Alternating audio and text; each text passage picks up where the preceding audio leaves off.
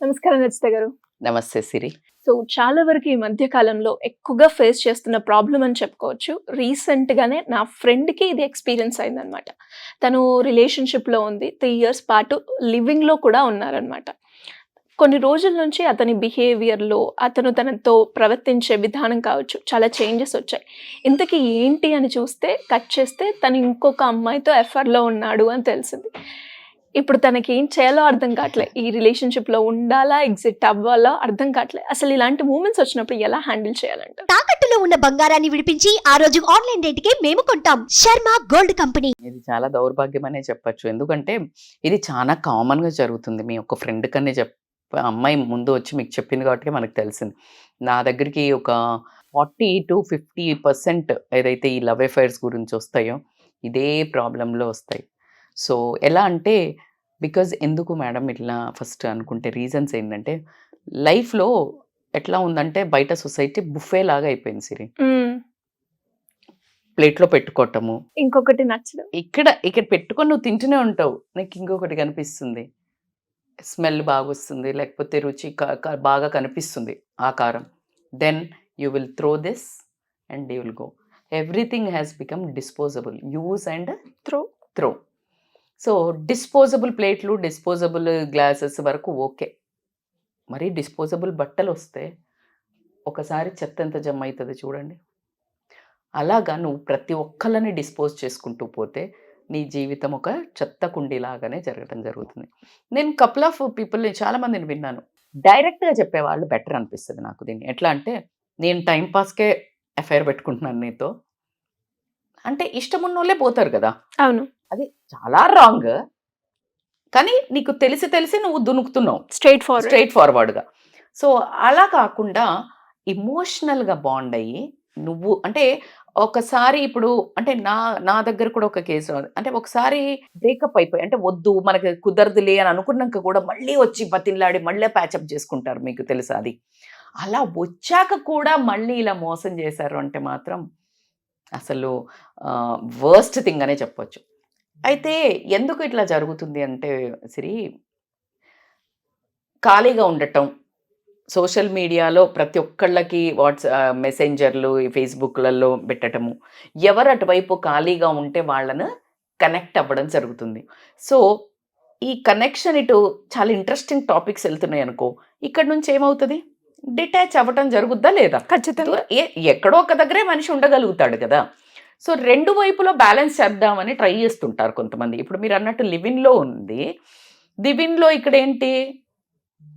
ఇంటి ఫుడ్డు, ఇంటి మనిషి, ఇంటి కేర్, ఇంటి. బయటికెళ్ళిన తర్వాత మళ్ళీ చాట్, మళ్ళీ నీకు ఏదో ఒకటి తినాలనిపించడం ఇవన్నీ. సో, ఈ 2 కావాలనుకుంటున్నారు. ఎలా అయితే ఫుడ్ ఇంట్లో తిన్నాక కూడా మళ్ళా ఈవినింగ్ స్నాక్స్, ఈవినింగ్ తిరగటానికి ఫుడ్ జాయింట్స్‌కి పరిగెడుతున్నారో ఎంత కామన్ అయిపోయింది. ఇదెంత కామనో mentality is becoming like that. పాతకాలంలో అట్లా ఉండేది కాదు. ఎప్పుడో నెల, 2 నెలలకే అంటే ఇంట్లో ఫుడ్ ఉంటే అసలు బయటికెళ్ళి తినడం అనేది హ్మ్. చాలా చాలా అరుదు. హ్మ్. కానీ ఇప్పుడేంటి ఇంటి ఫుడ్‌ను వదిలేసి అంటే వండిన తర్వాత వదిలేసి కూడా బయట ఆర్డర్ చేస్తున్నారా లేదా? వండిన తర్వాత కూడా. So, this has to be changed. ఎందుకంటే ఒక్క దగ్గర ఎక్కడా కూడా ఎండ్ అనేది ఉంటుందా? ప్రతి మనిషి మొత్తం నచ్చుతాడా? ఒక భగవంతుడే అందరికీ నచ్చడు. కొంతమందికి శివుడు నచ్చుతాడు, కొంతమందికి విష్ణుమూర్తి నచ్చుతాడు, కొంతమందికి యేసు నచ్చుతాడు, కొంతమందికి అల్లా నచ్చుతాడు. అరే తెలుగులోనే నీకు బొచ్చెడు ఉన్నారు. ఇక్కడ మొక్కే దేవుడిని అక్కడ మొక్కరు. కొంతమందికి వినాయకుడు ఇష్టం, కొంతమందికి అమ్మవారి ఇష్టం, సుబ్రహ్మణ్యేశ్వర స్వామి ఇష్టం. అలాంటప్పుడు నీకు ఒక మనిషి క్యారెక్టర్ మొత్తం నచ్చుతుందని ఎట్లా అనుకున్నావు? ఒక్కసారి కమ్మిటే కావద్దు. మన మహేష్ బాబులాగా ఉండాలి. పండుగాడు ఒక్కసారి కమిట్ అయితే తన మాట తనే వినడు. అవునా కాదా? రిలేషన్ అంతే. ఎక్కడికి పోయినా అడ్జస్ట్‌మెంట్ తప్పదు. కానీ నీకెప్పుడైతే అత్యాస గాని, ఈ అంటే బ్యాడ్ థింకింగ్ గదా! ఇంకొక అమ్మాయితో వండుకుంటూ తను ఎమోషనల్‌గా బాగా బాండ్ అయిందన్నారు మీరు. ఎమోషనల్‌గా బాగా బాండ్ అయిన తర్వాత వెళ్ళిపోవచ్చా? నాకొకొచ్చిన కేస్. పిచ్చిగా ఏడుస్తోంది ఆ అమ్మాయి. అంటే అసలు ఎంత బాధేసిందంటే నేను గనక అమ్మనైతే అంటే అక్కనో అమ్మనైతే లాగి ఒక్కటి ఇచ్చేదాన్ని ఆ అమ్మాయిని ఫస్ట్. హ్మ్. అసలు అట్లాంటి అంటే వేరే ఒక రిలేషన్ పెట్టుకున్నాడు. నేను ఇప్పుడు ఏం చేయాలంటే లైక్ బ్లాక్ చేసిండ్రు. That person has blocked her. How dare! And ఈ అమ్మాయి దానికి తీసుకోలేకపోతుంది. ఎందుకంటే నేను మోసపోయినా, నేను మొత్తం సరెండర్ అయినా, నేను ప్రేమనిచ్చిన. ఏం ఆన్సర్ ఉంది నా దగ్గర? అయ్యో పిచ్చి తల్లి, అది ఎవరి తప్పు? నీ తప్పు. తప్పని కూడా అనలేకపోయినా నేను. ఎందుకంటే కమిట్ అయినరు. ఒక 1 year కాదు, 2 year కాదు, 3 year కాదు, 5-6 years. 5-6 years ఉన్నాక కమిట్ గారు. First 1-2 years no relation, physical relation. 1-2 years ఓపిక పెట్టి నమ్మించి మోసం చేసేవాడిని ఇంక ఏం భగవంతుడు పట్టుకుంటాడు సిరి? ఎవరు శిక్షిస్తారు తెలుసా? దేవుడేస్తాడు. మామూలుగా వెయ్యడు. అదే ఇంకొక అమ్మాయి నచ్చిందని చెప్పేసి, నీకు వెళ్ళాలనిపించింది, నీకు ఈ అమ్మాయితో ప్రాబ్లం ఉంది, ఏం చెయ్యాలి? స్ట్రైట్ అవే కూర్చుని, మనకి సెట్ అవ్వట్లేదురా, ఎందుకంటే పెళ్ళైనాకనే దిక్కు లేదు, ఇంక నీకేం దిక్కుంది, లివింగ్లో వచ్చావు. ఇప్పుడు సుప్రీంకోర్టు ఇంకొకటి ఒక జడ్జిమెంట్ వచ్చింది. సుప్రీంకోర్టులో ఏంటంటే లివ్ ఇన్ రిలేషన్ 6 months ఉంటే they are considered as a husband and wife. ఎందుకు అంటే అందరూ ఇది ఎంచుకుంటున్నారు బంధం లేదు అని. కాబట్టికే దానికి కూడా ఒక రూల్ పెట్టారు. అద్భుతంగా పెట్టారు అనిపించింది నాకు. ఆస్తిలో వాటా ఉంది, పిల్లలకి ఆస్తిలో వాటా ఉంది. బాగా అయింది చిక్కుముడి. ప్రతి ఒక్కళ్ళు దొరికిందే సందని పెళ్లి చేసుకోము, లివింగ్ లో ఉన్నామంటున్నారు. మంచి అద్భుతమైన లా తీసుకొచ్చారు అనుకున్నా నేను. కాదు, ఒళ్ళు దగ్గర పెట్టుకొని సెలక్షన్స్ చేసుకుంటారు ఇప్పుడు. సో అట్లా ఇప్పుడు ఈ అమ్మాయిది ఏంటంటే, ఈ అమ్మాయితో రిలేషన్ కంటిన్యూ చేస్తూ ఇంకొకరితో బయట పెట్టుకోవడం అనేది ఎంత నాయిన్సాఫీ చెప్పండి. సో కాబట్టి ఈ అమ్మాయికి ఈగో హర్ట్ అయ్యి ఎమోషనల్లీ ఇంబ్యాలెన్స్ అయ్యి, సో ఎట్లా అడిగితే నేనైతే ఒకటే ఆన్సర్ చెప్పాను. అసలు వాడు వచ్చి కాళ్ళు పట్టుకుని పొర్లు దండాలు పెట్టి నీకు పాదసేవ చేసి బ్యాక్ వచ్చిన గెట్ లాస్ట్ అని పంపించు. ఎందుకంటే ఆ అమ్మాయిని అంటే రెడ్ హ్యాండెడ్గా దొరికిపోయాడు ఈ అమ్మాయికి. అసలు ఆ అమ్మాయి ఇంకా కామెడీ ఏంటంటే ఆ అమ్మాయికి కూడా తెలియదు ఇంకొకరు ఉన్నట్టు పాపం. సో కాబట్టి ఆ అమ్మాయి కాకపోతే కొత్త మోజు, చిన్న పెళ్ళాం వచ్చాక పెద్ద పెళ్ళాన్ని ఏదో అన్నాడంట. అలాగా ఆ కొత్త అమ్మాయి రాగానే ఈ పాత అమ్మాయి కనిపించదు కదా ఎవరైనా ఇన్నేళ్ళు. కాబట్టి ఆ అమ్మాయికి సపోర్ట్ చేయడంతో నేను అన్నాను, అసలు యూజ్లెస్. అట్లాంటి వాడు అవసరం అంటారా? మీరేమంటారు Siri? Is it worth to maintain? జీవితాంతం ఎవడు దొరక్కపోయినా, దునియాలో లాస్ట్ మొగోడైనా సరే కానీ వాడు అవసరమే లేదు అని చెప్పడం జరిగింది. సో అలా ఎప్పుడైతే అమ్మాయికి ప్రేమ అవసరమే, అట్లా అని ప్రేమ వీక్నెస్ కాకూడదు. దాంతో నీ సెల్ఫ్ ఎస్టీమ్ తగ్గకూడదు, నీ యాటిట్యూడ్ తగ్గకూడదు, నీ కళ్ళల్లో నువ్వు దిగజారకూడదు.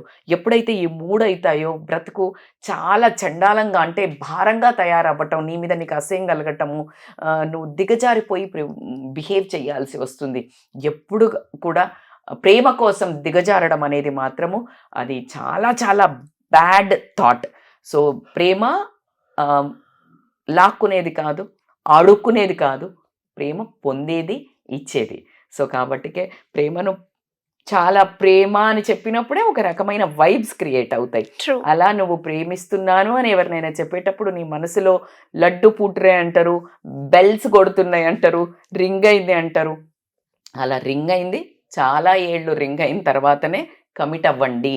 కమిట్ అయిన తర్వాత ఒకవేళ వాళ్ళ మోసం చేస్తే ఇట్స్ ఓకే, కమ్ బ్యాక్. అంతేగాని మీ లైఫ్ని సూసైడ్లనో లేకపోతే ఇలాంటివన్నో ఏమీ చేసుకోకుండా వదిలించుకున్నాను రా బాబు, అంత్య నిష్ఠూరం కంటే ఆది నిష్ఠూరం బయటపడ్డదని మాత్రం బయటకు వచ్చేయండి. ఇలా ఎవరైనా కూడా నా బిహేవియర్లో ఇది లోపం ఉంది, నాకు కోపం ఎక్కువ ఉంది, నేను ఇది తట్టుకోలేకపోతున్నా, యాక్సెప్టెన్స్ లెవెల్స్ నాకు లేవు, ఇలా రకరకాల కండిషన్స్తో ఎవరైనా కూడా ఫ్యామిలీ పరంగా కావచ్చు, రిలేషన్షిప్లో కావచ్చు, మమ్మల్ని అప్రోచ్ అయ్యే ఛాన్స్ ఉంది అంటే ఏ రకంగా అప్రోచ్ అయ్యే ఛాన్స్ ఉంది? కరెక్ట్ క్వశ్చన్ సిరి. ఎమోషన్ హ్యాండ్లింగ్ అంటారు దీన్ని. ఎమోషన్స్ని హ్యాండిల్ చేసుకోవటం. కొంతమందికి ఇట్లా ఏమన్నా అనగానే దుఃఖం కట్టలు దెంపుకొని పోయి కళ్ళు ఎర్రగా ఎవరికి ఏడుస్తుంటారు. అవును, అంటే they can't handle that crying emotion. కొంతమంది అసలు విపరీతంగా నవ్వుతారు చూడు, అసలు పడి పడి గట్టిగా నవ్వుతుంటారు. దే లుక్ సో సింపుల్, ఎంతో స్వీట్, కానీ they can't control that laugh. ఏదైనా కంట్రోల్ మేడం, అది ప్రతిదానికి కంట్రోల్ ఉండాలంటే ఎస్, నవ్వు కంట్రోల్ ఉండమని కాదు. ఇఫ్ ఇట్ ఈస్ రియల్లీ కొంచెం ఎంబారెసింగ్ చేస్తుంది అన్నప్పుడు కంట్రోల్. కోపం వర్ణిస్తా. అండ్ బాధ కూడా, బాధని ఎమోషన్ని హ్యాండిల్ చేసుకోలేదు, దుఃఖాన్ని then they go for suicides. So this emotional handling is a very, very big important course, technique. కష్టమా కానే కాదు, ఎందుకంటే నువ్వు ఎమోషన్స్ని ఏదైతే చేస్తున్నావో దాన్ని చేసుకుంటూ పోతున్నావు రిపీటెడ్గా. సో నువ్వు అట్లా కాదంలోకి వెళ్తున్నావు. ఒక్కసారి నీకు ఒక రోప్ దొరికింది, ఒక నిచ్చెన దొరికింది, you will come out of that. Same exactly ఈ కోపం కూడా when you have that emotional control అనేది కనుక చేసుకోగలిగితే కనుక దానికి నీకు స్వతహాగా లేదు, because of all these past issues. So ఖచ్చితంగా దే విల్ హ్యావ్ ఏ, అంటే ప్రశాంతంగా ఆలోచించుకొని నిర్ణయం ఏంటంటే వాళ్ళు రావడమే. వస్తే కనుక they will have a solution. ఖచ్చితంగా we can deal if they call on a scrolling number. Thank you Rachita గారు, thank you so much. Thank you so much Siri.